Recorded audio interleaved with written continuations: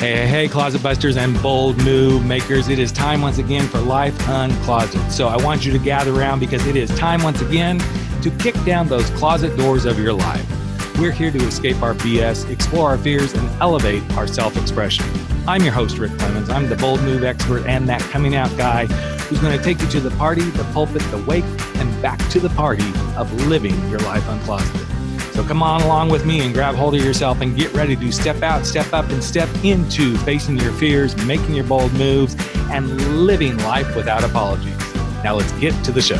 Hey, Life Uncloseted family. It is time once again for another episode of Life Uncloseted, where we unpack all those things, those fears, those excuses, all those reasons why we feel like we can't come out of the closets of our life and be the person we are meant to be, being unapologetically ourselves. And I just want to quick remind you that if that's something you're struggling with, go to rickclemens.com, check out the opt-in on the homepage, the life assessment thing, see what's holding you back and give it a shot so that you can start stepping forward and being who you want to be in your life. So with all that said, we're going to dive in today's show. And today's show is really about, well, it's about men over 40, but we're going to go even more specifically because, surprise, surprise, I'm gay. Yes, I'm gay. I think most of you know that, but I'm also a guy over 40. I'm 17 years past 40 as of this year. And one of the things that I know is I'm really happy to be married and have a guy in my life. I also know that being 40 plus and going through all these things that we do, whether it's relationships and money and careers and all this sort of stuff, or coming out of the closet after you're 40, it's kind of crazy. And whether you are trying to uncloset yourself or find yourself in your life as a guy over 40, there's lots of different things that we come to. And I met this guy through some online connections. He's a guy who's also living his life after 40, but he has started something that it's pretty close to my own heart. It's called Gay Life After 40, and he's got some other stuff going on.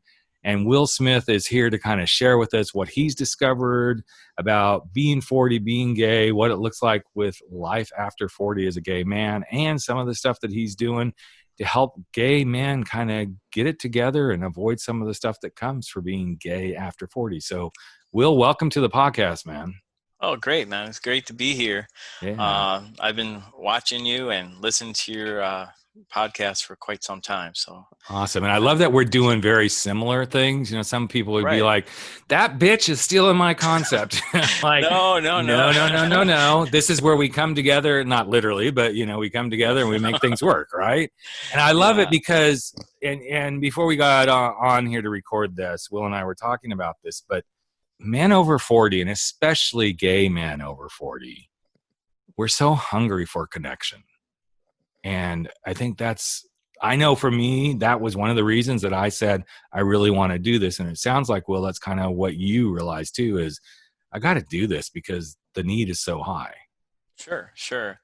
I started my website called gaylifeafter40.com in 2013. That was some time ago, and got a lot of subscribers and stuff. And then 2 years later, I developed some Facebook groups. I got a Gay Life After 40 Gay Life After 40 group, Gay Life After 40 for dating, and after 60. So, and with including the fan page, we've got about 65 to 70,000 people that are engaged in some format online. And most of the Facebook groups are private, so people can actually discuss private things, and so as the public doesn't see it. And so there's a lot of questions that do happen. And I created the .com as well as the Facebook groups because focusing on youth is great, but as a society, we need to focus on the entire lifespan of an individual. And our motto is keep on aging forward. And what does that mean? It's having that mental state and awareness on meeting the challenges, having that attitude during the various stages of life that, you know what, I'm going to embrace my age. I'm going to confront the problems that can occur, be it good or bad, and be confident as I can be, and develop a support system where I am not left abandoned. you never give up, you never surrender. And I wrote an article a few years ago. It's called "My Fear Is My Only Courage," and that's from a Bob Marley song. And it means that courage is pushing yourself to do something that frightens you, but you know in your gut you must act. And that's why I created those sites and acted I was kind of fearful at first because, here I'm going in here in the media, social media, people are going to bash me, but I knew I must act. I must contribute to the gay community, but also I know there was a deep need for men in general after 40. You don't even have to be gay, because you can count, when you're in your 40s, you can count on your hand how many friends you have, and Right. aren't that many, Yeah. and that you can trust. And so the biggest fear, I asked my group just recently, what is your biggest fear in aging? And guess what it was? Loneliness and dying alone. Mm-hmm. And but And the that doesn't irony, surprise me at all. no, it doesn't surprise me at all as well. And I talk about support systems for sure. There's a lot of grief involved because you lose friends through death or because a distance and what have you. You lose relationships. You have health issues, and that can change people a lot and bring fear and the ageism in life and during your careers and things like that. So, so I created that site that would address those issues so we can move forward, age forward in life, and have a game plan and develop some value systems that people maybe not have thought of it before. With when you're younger, you have value systems from your religious background, your family and stuff, and then you're kind of like caught in when you're in your middle ages, saying, what is my value system? And you have to really create your own value system based on Mm-hmm. your own experiences and based on some of the fabrications of your family and things. But that's what you need to do in order to have a really healthy lifestyle. Um, so we and in our group we had some predicament suicides where people are in predicaments, not suicide, but we stop you from having suicide, where you're in a predicament in a situation because of your age and stuff, and you feel like the world is closing on you. And this is a great groups that I have, sites that really addresses those issues so people can age forward. So that's why it was all about. That's awesome. And I found in all the work that I've been doing. So I started my coaching in 2009. So just a few years before you Wow. launched all this. And the first thing I noticed, not surprisingly, it's like I knew it, but I guess because of my own experience of coming out later in life, I don't know that I actually carried the typical gay loneliness forward with me as much because I had a wife and I had kids. So there was never like, oh, okay, I'm not, there was a loneliness within because I wasn't able to be who I was. So I felt alone in that world. But what I've noticed in my work with men, and especially with gay men, it's almost like we all took the loneliness pill and it just sticks with us. It just thrives within us unless we step forward and say, I need and want to do something about this.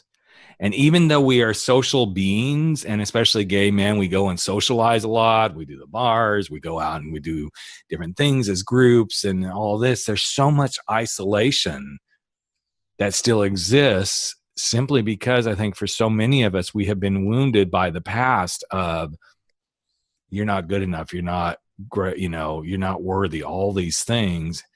And then here we get to the 40s, the 50s, the 60s. And I think it even gets worse as you get into the later years because maybe you've lost a partner.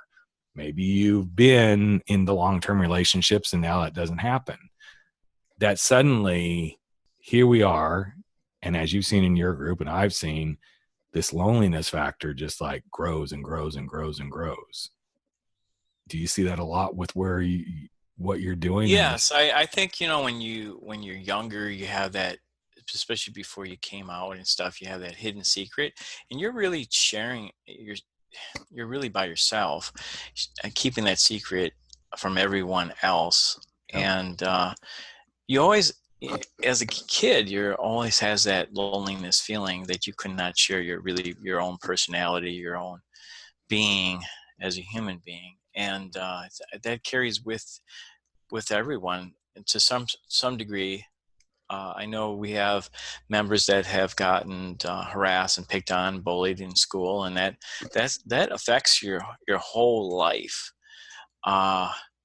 in so many ways that it's not even imaginable in some respects. So the loneliness becomes even worse as possibly as you age, because we have people that are, loving life too. I don't want to think everybody's just lonely. Everybody, there's a lot of people embracing life as well, but there is some issues there, definitely. And there's 5 profiles that I've seen in my groups as well, and I think all of us, I'm sure you yourself, you can see yourself in some of these profiles. One is a disillusioned insider, somebody that was younger, came out in life and really enjoyed life, and now that they're 40 and beyond, they're not really accepted too well in the gay community anymore. Mm-hmm. They're not getting invited to parties and things. There's like a broken contract involved now, because they've reached an age where people don't really want to befriend them anymore. I have, for instance, I have a friend that at the time he was in his late 20s, and I was definitely over 40s. I was probably in my 50s, early 50, and he was with me, and we're just chatting, having a good time at this party. And his friends were like, "Why are you with that old guy?" It's like, instead of just accepting who I am, Right. So there's that one disillusioned insider, and becomes to our website groups, and he feels like, hey, and I'm telling you, there's so many good-looking people in our sites. And I'm not into the good-looking, bad-looking, blah blah blah. But there's just a lot of people that want to be accepted in the gay community right now, that are accepted in my group, and everybody's like in awe, like, wow, I can't believe this guy is single, or what have you. Mm-hmm. And number 2 is the disillusioned outsider, the person that comes out later in life, that that he's not really accepted in the gay world because he doesn't know all the terminology. He didn't come out gay in the beginning of his youth. He's not accepted in the straight world anymore. So and he's too old to be accepted in the traditional gay community.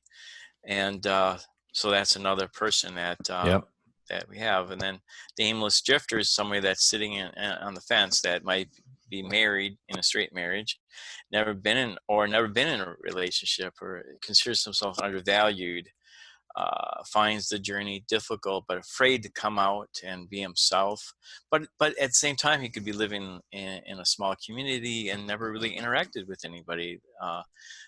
So our venue helps that person in terms of getting out and just asking questions and making comments and stuff, and getting some likes once in a while. It makes a big difference. And then the 4th is a person that, and I don't know if, I'm sure you've had this, and this could be gay or straight. Really, I have a good friend of mine that was like this. You can't hold a conversation without talking about sex constantly. Yep. It's sex. And so in our groups, we have some very stringent rules about what we talk about and things like that. So it doesn't become one big group talking about sex or having sexual imagery.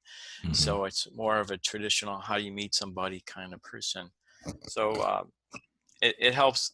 The intent is for that is to kind of curve that and maybe shape somebody's attitude a little bit, or their surroundings, because sometimes they don't even know, why did my post get deleted, and they don't realize how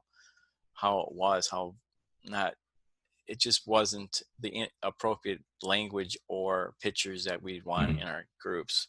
I hate being the Facebook, like, that can't be posted. That can't. Yeah, I know. I also want to keep the integrity of a group too. Right. And it's interesting because the 40.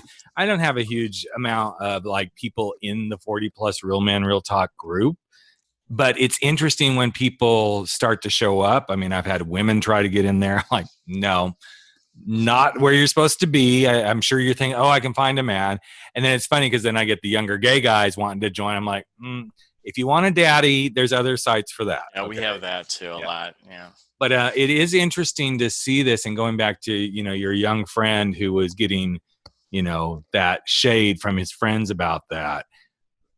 I have so many young guys in my life, not like I'm a big hoe, but just like, you probably get this too. There's a lot of young guys that look up to older gay men like, okay, show me the way, give me some insight, because they're very lonely too. I mean, it's so interesting to see this happen. And then you're like, God, I want to help stop the pattern. I want them to have their own confidence and see in themselves what they need to. And it's almost like this interesting piece of bringing ourselves out of the closet, regardless of his sexuality. But then no matter what we do along the way in life to like attack the next thing, that we're like holding ourselves in the closet, whether it's, okay, I want to be in a relationship, but I don't know if I know how. So the confidence is lacking. Or I want to go for this job thing, but I'm not sure I'm good enough. It's like the thing that keeps most of us in this crazy closet stuff is our confidence. And when I run into young guys like one you described, they're like, so how do I do this gay thing? Or how do I really fit in gay life? And my first thing that I always say is be freaking confident in you. Just be confident in who you are.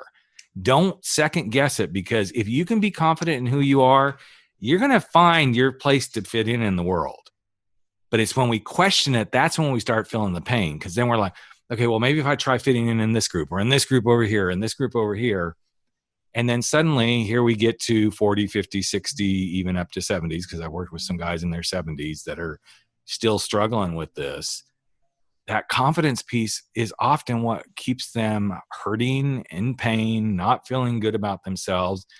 And then they have the crazy behaviors of, oh, I hooked up and it just felt empty. Or, oh, I dated this guy, but it wasn't the right one. In fact, one of my friends made a statement on Facebook a few months ago. Another friend had asked the question,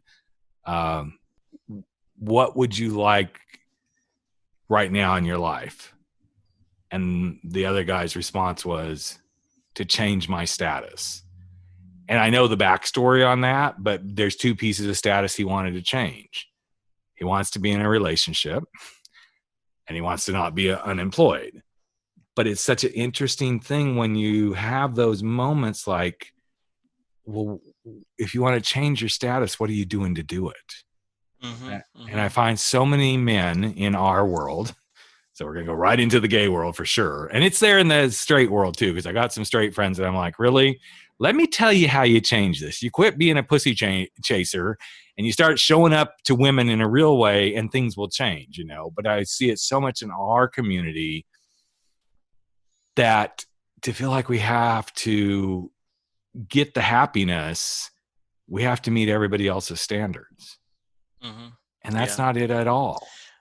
The irony of it is sometimes I see this a lot, is they look for that perfect partner. Mm-hmm. And it's always somebody, not always, but most of the time younger than they are. And they have too many qualifiers, too many deal breakers. They focus too much on the outside of how a person looks instead of the inside. And, that's why they're single. And, mm-hmm. And it's not always, but that is a lot of times the reason why is they're not able to share themselves with someone and consider somebody that might not be appealing as good looking as someone else, but the person is definitely loyal and would do anything for that person, mm-hmm. And have an equal good relationship. But it's too many deal breakers. And the deal breakers are so interesting to. And I try not to be judgmental, but hey, I'm a human being, so I go there sometimes. But I'll listen to like friends of mine who are perpetually single. When we do get together, they whine about being perpetually single, and they're very careful what they say to me, because they're like, Coach Rick's going to say something to me, and I try not to be in that mindset around them.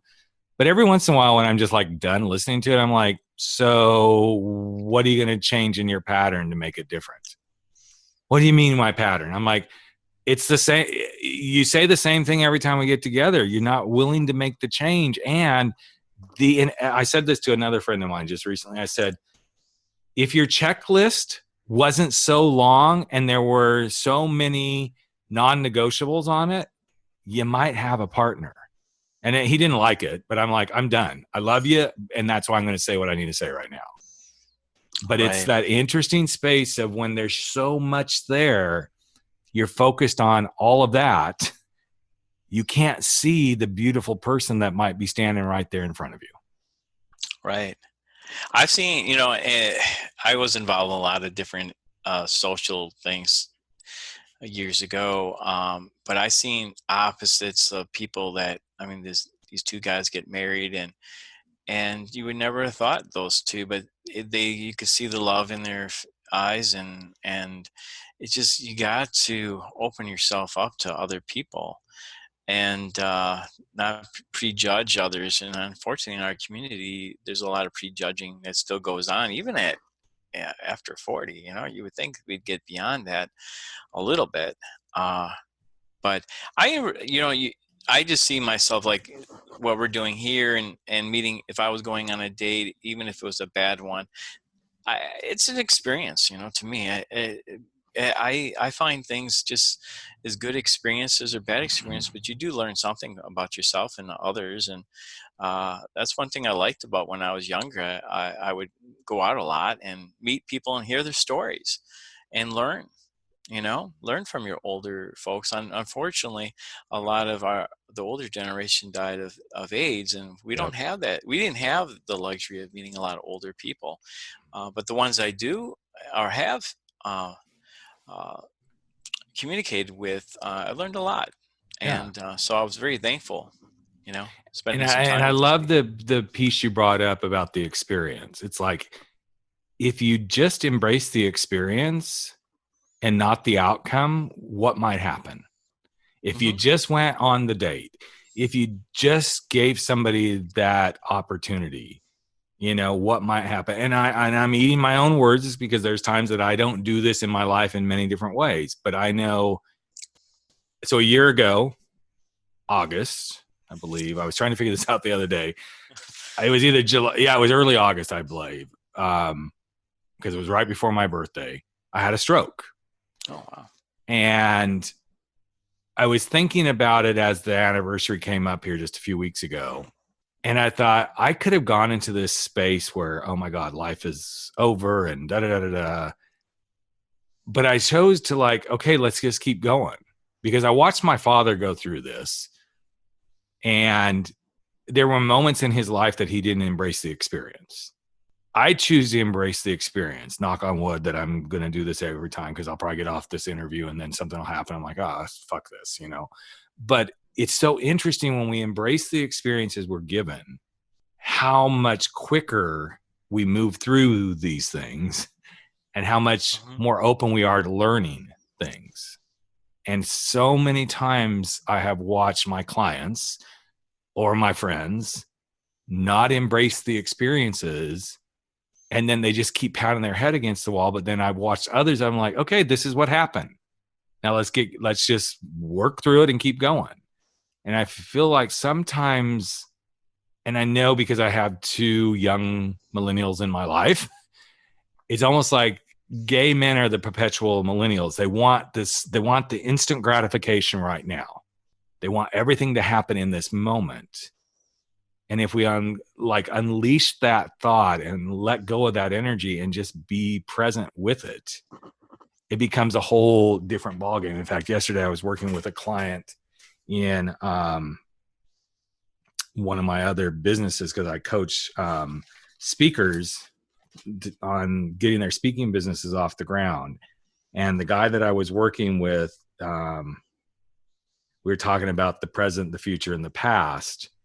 And it was such a valuable lesson that he was bringing to the world about embracing this present and really, truly being able to let go of the past so you can step into the future. And I feel like a lot of times men don't release themselves from their past. They're too busy being in their present that they think is what they're supposed to be doing, that they're not even enjoying this present. And so then when they kind of get to their future, they're like, Okay, well, that didn't work. So now what do I do? And so back they go through this whole interesting cycle of, well, I'll try this, I'll try this, I'll try this, instead of, what if you just like we're right here in this moment and just Hmm. embrace it? Right. Right. I agree. I think So, there's something too interesting that you brought up, Will, that I feel like is like this gay elephant in the room that so many people, gay men for sure, they say they want love, they want a relationship, they want intimacy, but then they don't fully show up to it. But then they try all these things and then they start to get taken advantage of in different ways, whether it's a young guy who shows up in their world and they're like, oh, wow, he's really hot and all this sort of stuff. And of course, instantly everybody around them is like, oh, okay, now we got the daddy son thing going on or whatever. Sometimes it's actually something that really works, or they get in this space where they're trying everything they can to get a date and then they end up getting hurt. And I see this happening so often with gay men where they try, and yet the pain still persists. But sometimes the pain comes from stuff that's even kind of ugly, seedy side of dating. And I know you just wrote an article about this, and I wanted to kind of get that worked in here because right. I think it's a piece of all of us as we age.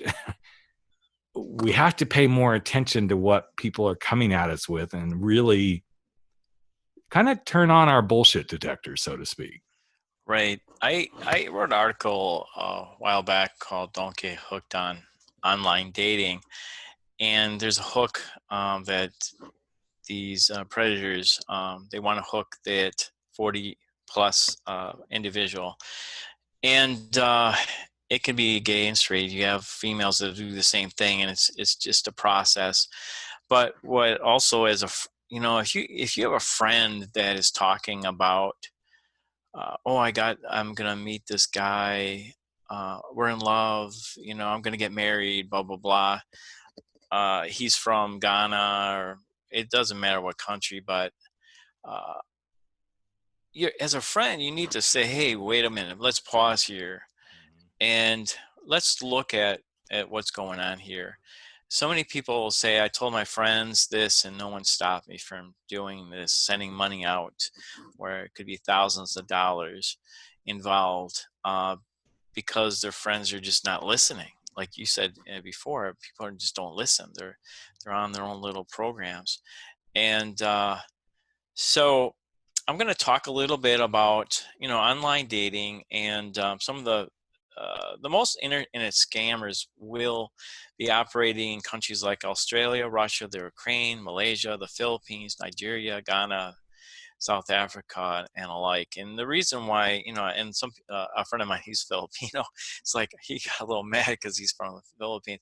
But for the most part, a lot of these scammers are doing those kind of things in those countries. And what they're doing now is changing the country at the last minute. They'll be Mm, saying they're in California, and all of a right. sudden they end up in another country. Yep. So they focus on the 40 plus male. They Yep. figure they're lonely Yep. and lack confidence in themselves, Mm-hmm. and finding someone. Now, this person, that the 40-year-old, he might lack confidence because maybe he broke up in a long-term relationship. He's got some health scares. He's had a lot of things going on. Right. So a lot of times guys will blame other guys and say, how stupid are you, man? How can this happen? But the guy might not be in the right frame of mind. He's Exactly. not in the right frame of mind. He has self-esteem issues, and then he's like, hey, maybe it'll work, maybe this will work, maybe this guy is or girl is uh, she might be 20-year difference, but she's interested in me. So they'll say they're living in the US originally on their profile, Mm-hmm. but all of a sudden they'll have to go back to their country due to a problem like a job transfer. The parents are sick, they have a daughter that's sick. I'll tell you in the profile, if you see, now that you get, you see him a lot, I see him a lot, they'll say trustworthy, trustworthy. If you see that word a lot, there's a problem. He wants to know about your life right away. Doesn't really care about anything else, wants to know about your life. Are you single? Do you live alone? What's your job? Because if you have a good paying job, right, you can pay for a lot of things. So he wants to know what your job is. He's looking. He wants to really know about your life. He wants to leave the secure dating site or app. Mhm. And the reason why he wants to do that is so you can't report him. Right. And he'll want your phone number. He'll text you and stuff. He'll want your email address, and he'll want pictures of you. Yep. You ask for pictures of him, a lot of times, or her. A lot of times they'll be almost staged pictures. They Yep. don't look really real. And the relationship will build really, really, really fast. He'll start calling you honey, love, and all that stuff right away. Yep. Yep. And his boyfriend in just days. And once in a while, you get an email from him or her saying that it's almost like in a form letter. The punctuation's off, the lettering's off. He might even say, if he's a gay guy, that he's interested in you as a girlfriend because he messed up. And then you'll say, oh my God, I don't know what happened. And he'll say it's confusion and something crazy. So, I'll give you some examples, just one or two. You'll say, I would like to find a man who wants happiness and can appreciate a good, honest, a man with strong family values. I hope someday I'll find my soulmate. Soulmate's a big deal. I'm open to honest people. I need a real friend who can trust. We could trust each other. And so you see those words a lot. There'll be very limited amount of pictures, like I said, and there's always an excuse why you can't see them on webcam. And nowadays, there's no reason why you can't meet somebody on a webcam at all with all the programs that they have. So he's going to get to know you for a while, and then he's going to come up with different tragedies that occur. Maybe he doesn't have the money for a webcam, so he's going to ask you to send some money. Maybe he has a tragedy, he got in a car accident, you have to pay for a medical bill or what have you. Or if you want him, this is the big one, he wants you to send money so he can come and see you. And that's where the thousands of dollars can come up right away. So the loyal, caring, loving, blah, blah, blah is scamming you. And that's where you really have to do your homework and research that person. They don't usually like to go on Facebook as well for some reason. And they don't want to meet face to face on webcams. But the hook is getting the money from you. He'll ask sometimes for your bank account. Right off the bat, he says he can do it since he knows you're older and might not be able to go to the bank as much. He can, if you give him the account number and the routing number, he'll do it for you. Gift cards is another way of scamming you. So anyways, you wire the money, and unfortunately, a lot of these places, MoneyGram and stuff, will not stop you from doing it. And he'll keep on asking until you can't afford to give him any more. And then if you say, well, I talked to my friends about it, and he'll say they're just jealous of you because I'm young and good looking and stuff like that. So the biggest thing you could do is tell him that you lost your job, or you just distance from him, delete his profile, report him first, delete his profiles or delete yours so you don't have that situation. But it's not your fault as an individual, because that's what they're focusing on in anybody that's 40 years older. And so it's not really you, so don't blame yourself if you do get scammed or people keep on trying to scam you. It's just the way that it is, and they're just looking for the numbers. If they can get, it's a numbers game. If they get one person out of 100, 200 people to give them money, that's a great thing. And one of the newest scamming is, it's kind of old now, but is they'll say that they're stationed in Afghanistan, and this happens a lot on Grindr. Well, they're in Afghanistan, they're coming home, and then they'll come up with something things Sob later. story, yeah. Yeah, hi handsome right away. When you first see their profile, they'll say hi handsome. But in reality, the Army doesn't publicize any details of their deployment at all on the internet. They're not going to do that. Single dads who have children will not require a nanny or babysitter. They already have plans arranged from their superiors.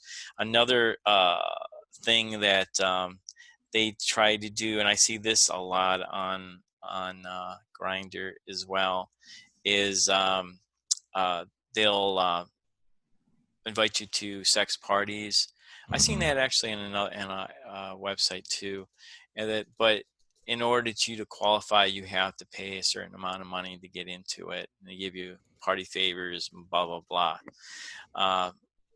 It must be working because I see that quite often on scam alerts, and then if they say they're but there's a lot of that going on in Ohio, Kentucky, Michigan, Indiana, where somebody's trying to connect to. They'll. This happens quite a bit, and I can't believe people our age will do that. Will send a dick picture, and then all of a sudden they're going to threaten to call the police. I'm 16 years old, and things like that, and then you're being extorted for money. So these states, that Ohio and Kentucky and them, are well aware of that kind of stuff going on as well. So that's the gist of the don't get hooked on those online dating apps and sites. It's so scary because I mean, we hear these news stories all the time, not exactly those that you described, but of people getting scammed out of money and the IRS calling or this calling. And I don't want to say, really, how do you let this happen? But so it's kind of interesting that you brought all this up because I actually played this out once just to see where it went. And I was chatting with this guy, and oh, you're so handsome and everything, and oh, I'm a pilot, and I'm like, oh, okay, and I'd already kind of become tuned into this stuff, right? And I'm like, I'm just gonna see where this goes. And it was on Grindr, and next thing I hear, he's like, oh, I've got to fly to Australia today. I'm like, okay, you're a pilot, I can see that. And then, but I'm going to be back in California on this day. And I'm like, I'm playing this up like I'm total single guy, all this stuff, just because I want to do this kind of research to kind of stay abreast of where, what my clients be coming up against and all this sort of stuff. Within a matter of days, he was in Australia, but then like 4 hours later, he was in South America. I'm like, no. I thought you said oh, well. And then I said, you haven't really sent me any pictures of you. I mean, I got some beautiful naked pictures, but I haven't really seen. And it was so interesting because then the next picture that I get is a picture of him in like a captain's uniform. And I'm like, well, yeah, he's definitely hot. And I kept looking at the picture going, I have seen this face before. I know I've seen this face before. So I took the picture and I did a Google photo search. Of course, I'd seen this picture before because this guy's a male model and he's like in all these different places and catalogs and everything. And so I thought, okay, how do I want to play this out? Right.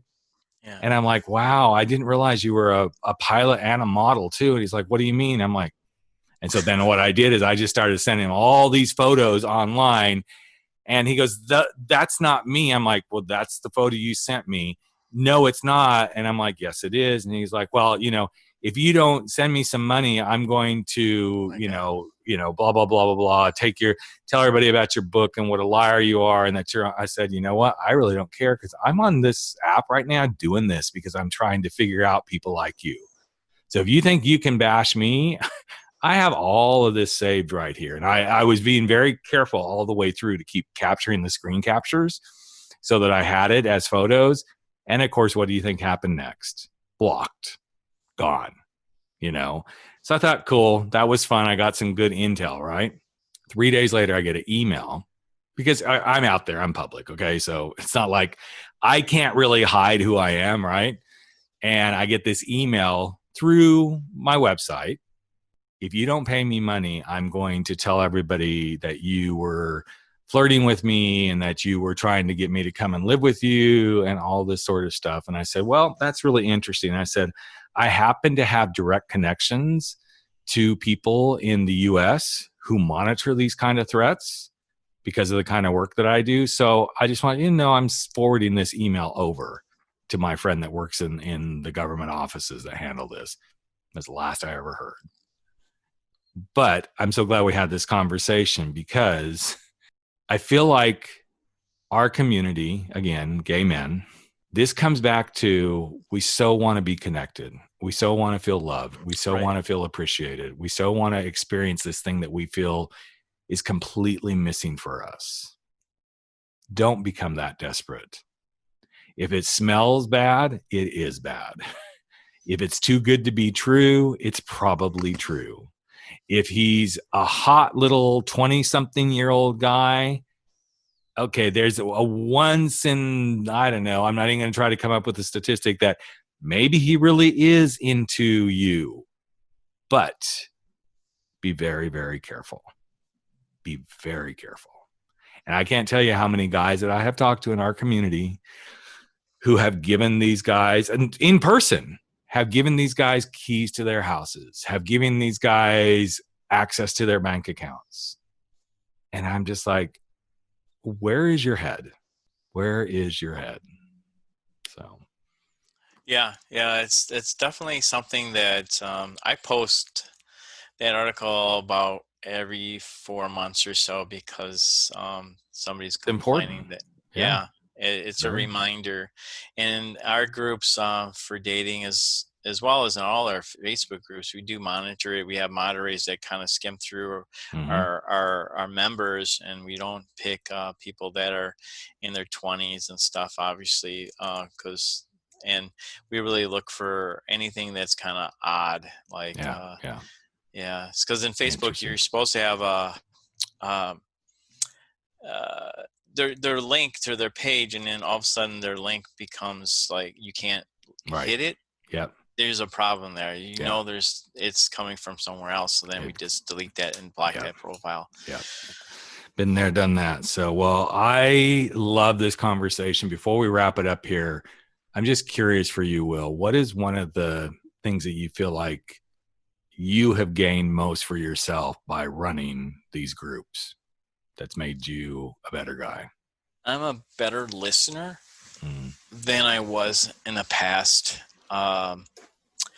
And I really try not to judge others because everybody has different situations and different experiences. And for me to really have to understand them before I can really help them, understand their background a little bit, and not just to make because we're all just different. And so, that's probably the biggest thing. And with that many guys in a group, you just got to really think before you say something, because they might misinterpret it as well. So again, Will Smith, he's got several different places: Gay Life After 40, Gay Life After 60, Gay Life After 40 for dating. All those things will be connected to the webpage here. And so glad we got connected, man. I love the work you're doing. I know we can continue to go and help guys over 40 do the stuff they most want to be doing in life and helping them out. So thanks for being here, man, and having this conversation today. Appreciate it. It's an honor. Hey, Life Uncloseted family. Another episode of Life Uncloseted has come to an end, and it is time for all of us to sashay away and go face our fears, make those bold moves, and stand up to living our life without apologies. But before you do, I've got a favor to ask of you. Would you hop over to iTunes or Spotify or Podbean or wherever it is that you're listening to this and just give us a little bit of love if you like what we're doing here at Life Uncloseted. Here's what it does. It helps other people find the show. It helps other people get to know what we're all about. And you just might help change a life. In fact, if you really want to change a life, we'd love it if you just ask a friend to take a listen and see what they think. So that's it.